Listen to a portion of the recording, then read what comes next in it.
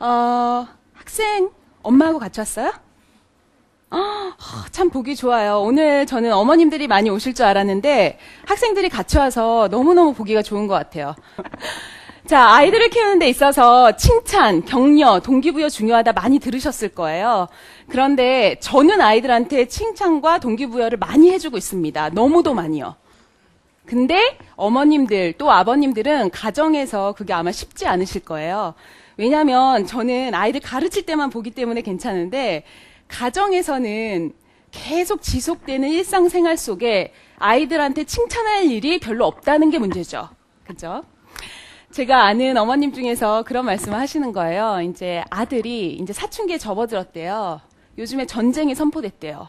너무너무 많이 싸워서 스트레스 많이 받으신대요. 근데 하루는 아이가 너무 컴퓨터 게임 열심히 하니까 엄마가 이제 처음에는 교양 있게 충고를 했대요. 설거지를 하시면서 야 아들아 컴퓨터 끄고 얼른 들어가라. 처음엔 좋게 말했대요. 근데 계속 교양을 갖게 되나요? 안 되죠. 그 다음부터 이제 말이 짧아지기 시작하죠. 하다가 꺼라, 꺼 하다가 마지막에는 너 엄마한테 맞을래? 여기까지 간 거예요. 그랬더니 그 아들이 그랬대요. 엄마, 저 때리러 올 때 물 좀 갖다 주세요. 요즘 아이들 사춘기 또 컴퓨터 게임 정말 컨트롤하기 힘듭니다. 근데 아이들은 왜 컨트롤을 해야 될까요? 그러실 필요 하나도 없어요. 뭐냐면 우리가 때가 되면 밥을 먹고 또 공부를 하고 뭐 공부는 습관에 들어가지도 않지만 습관화 시킨다면 아이들한테 일부러 잔소리를 할 필요가 없다는 거죠. 오늘 제가 말씀드릴 거는 그래 우리나라 EFL 환경에서 내가 노출을 많이 해야 되는데 노출을 많이 하는 방법은 딱 하나. 밥 먹듯이 습관화하는 게 가장 중요하다. 두 번째, 그러면은 공부를 할 때 그냥 하면 되느냐? 아니죠. 효율적인 방법이 중요해요. 제가 그랬죠. 우수한 학생들을 많이 봤었는데 그 학생들의 생활은요 달라요. 항상 규칙적인 패턴을 가지고 있다. 그리고 두 번째, 쓰는 방법 또는 공부하는 자기만의 방법이 있다. 그거를 제가 오늘 오픈을 할 거예요. 자, 영어로 돼 있어서 좀 복잡해 보이시죠? 여기에서 다른 거 다 알 필요 없고요. 이거는 에빙하우스의 망각곡선이라는 거예요. 우리가 하나의 정보를 습득을 했을 때 이거를 얼마나 빨리 잊혀지게 되는가, 누가 더 기억력을 오래 가지고 있느냐 실험을 했는데요. 여기에서 보면 요거 하나만 보시면 돼요. 지금 저하고 같이 이렇게 강의를 들으실 텐데요. 이거 듣고 나서 막 느낌 feel 와요. feel 오고선 집에 갈 때쯤 되면 1시간이 넘겠죠. 그러면 몇 퍼센트 남아있다고요? 44%. 영어 읽지 못하도 느낌상 44라고 하면 될 것 같죠. 이게 바로 ESL 환경이겠죠. 그래서 아이들이 또는 내가 영어 공부를 하는데 열심히 했지만 하루 지나면은 50% 이상이 다 잊혀지는 것을 어떻게 끌어올릴 것이냐. 이거에 대한 해답이 있다는 거죠. 영어 공부 매일 해야 돼. 매일 들어야 돼. 써야 돼. 읽어야 돼. 언제? 뭘로? 그죠? 자, 또 하나는 이거예요. 지금 어린이들도 몇 명 보이기는 하는데요.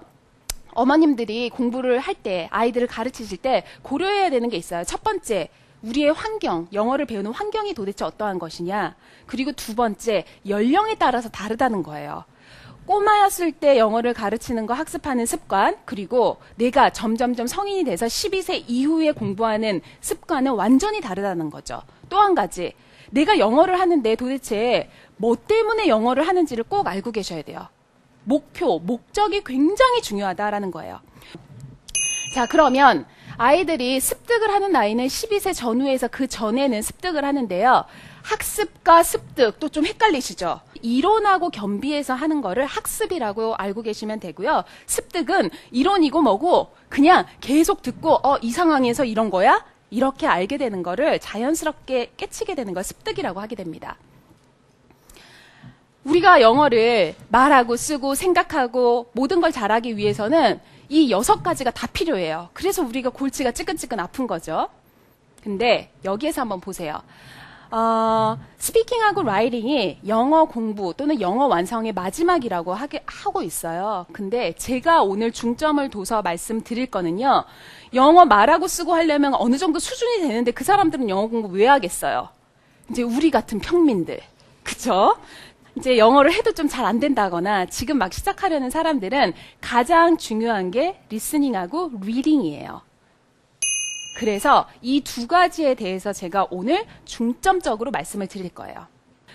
들어야지 말을 하고, 들어야지 이해하고, 들어야지 쓰고, 들어야지 뭐든지 할 수가 있어요. 귀가 트이지 않고서는 영어 공부 절대 할 수 없다는 거죠. 맨 처음에 사람들이 시작하는 게 뭔지 아세요? 단어부터 외우기 시작해요. 단어 몰라도, 스펠링 몰라도, 쓰지 못해도 귀부터 여는 게 최고다라는 거예요. 그런데 리스닝 같은 경우는 하루 이틀 한다고 되는 게 아니거든요. 매일매일 해야 되는데 그냥 내 아이한테 그래요. 야, 리스닝 중요하다니까 너 맨날 해. 너무도 무책임한 말이다라는 거죠. 한 가지 영어 잘하는 아이들, 영어 영재들의 팁을 하나 알려드리자면요. 매일 1시간씩 꾸준히 리스닝을 해왔다는 거예요. 하루도 빠짐없이. 1시간 이상 하면 좋죠. 그런데 이 시간을 정하는 게 좋은데요. 만약에 내가 자는 시간이 12시다. 그러면은 자기 1시간 전에 내 책상 또는 거실 정해놓으세요. 그런 다음에 거기에서부터 1시간 공부 딱 하고 그 다음에 이제 잠자리 들면서 틀어놓고 자면 된다는 거죠. 그런데 리스닝 할 때 그냥 들으면 돼요? 아니다라는 거죠. 어떻게 들어야 되느냐? 자, 제가 목적이 중요하다고 그랬어요. 내가 뭐 인증시험 준비를 한다. 아니면은 실용 영어, 커뮤니케이션을 위해서 영어를 한다. 다 상관없는 게 뭐냐?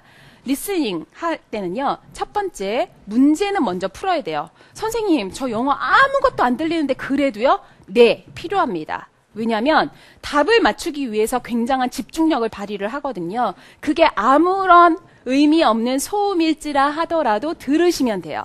우선 문제 풉니다. 자, 문제 한번 풀어볼까요? 영어 좀 하세요. 들으세요?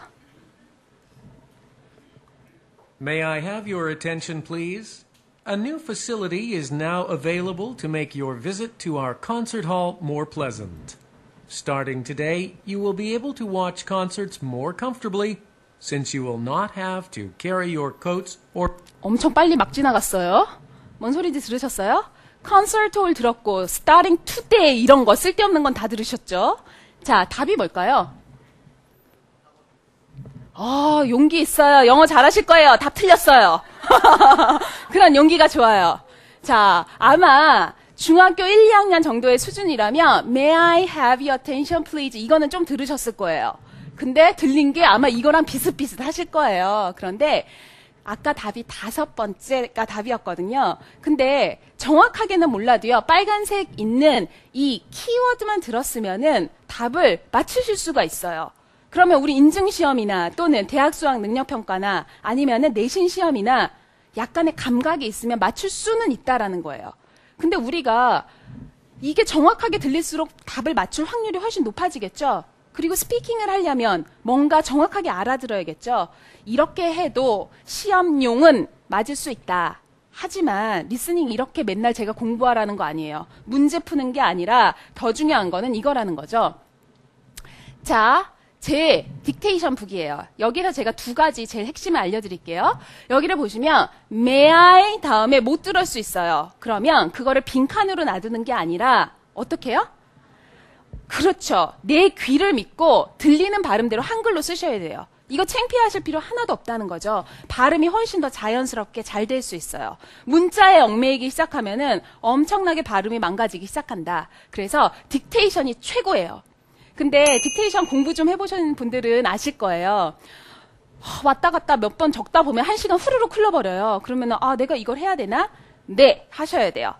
리스닝은 양보다는 질로 공부하는 거다. 그래서 여러 권의 교재 하시는 게 아니라 한 권의 교재를 정해놓고 여러 번 반복해서 그거를 100% 아는 것이 훨씬 더 효과적이라는 거예요. 아시겠죠? 자, 그 다음에는 이게 정확한 스펠링이나 어떤 뜻인가를 알아야겠죠? 그러면 자, 들으면서 다시 또 쓰는 거예요. 최선을 다해서. 하나를 하더라도 꼼꼼하게. 그러면 자, 스크립트를 보면서 고쳤더니 haveyour가 have your 이거고 또 하나 facility 이게 뭐였죠? facility 그대로 발음을 똑같이 하셔야 돼요. 한번 들으셨죠? 쉐도잉 한다. 쉐도우 스피킹이라고 하거든요. 그래서 자, 순서를 알려드려요. 첫 번째, 문제를 푼다. 문제 안 풀어도 좋아요. 왜? 기본이 잘 돼 있어야지 나중에 시험 찍기, 유형별 해도 그게 되거든요. 첫 번째, 리스닝을 듣는다. 두 번째, 적는다. 세 번째, 뭐죠?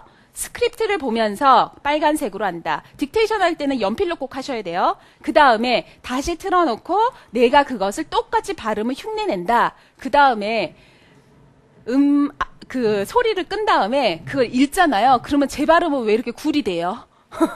따라 읽으면 막 되게 잘하는 것 같은데 내가 또 읽으려면 May I have your attention please 또 이렇게 돼요. 그래도 괜찮아요. 왜? 문장 하나 듣고 그대로 흉내내고 어떻게 하라고요? 여러 개 말고 한 개만 확실히.